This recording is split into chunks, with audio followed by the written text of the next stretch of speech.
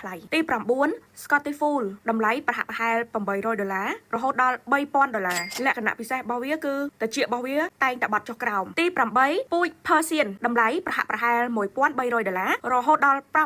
$5500វាជាពូជឆ្មាដែលមានប្រជាប្រិយភាពនិងល្បីថារោមរបស់វាវែងស្អាតហើយមានមុខរាបស្មើទី7ពូជ Sphinx តម្លៃប្រហាក់ប្រហែល$900ទៅ$5000ពូជនេះក៏ជាពូជឆ្មាដែលល្បីដែរដោយសារតែខ្លួនរបស់វាអត់មានរោមល្បីនឹងអាជ្រួញហ្នឹងណាទី6 Peterbell តម្លៃប្រហាក់ប្រហែល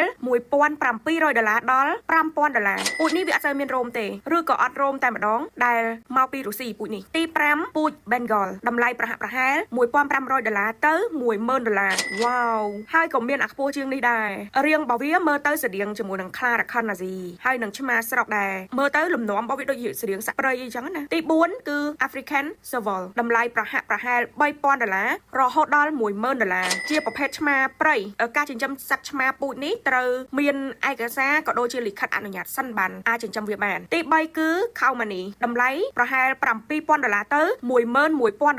វ៉ាវពូជនេះជាពូជឆ្មាដែលកម្រហើយល្បីដោយសារតែរោមរបស់វាមានពណ៌សក្បោះហ្មងហើយភ្នែករបស់វាមើលទៅភ្លឺថ្លាស្អាតពូជហ្នឹងមកពីចៅសៀមទី2 Savannah តម្លៃប្រហែលពី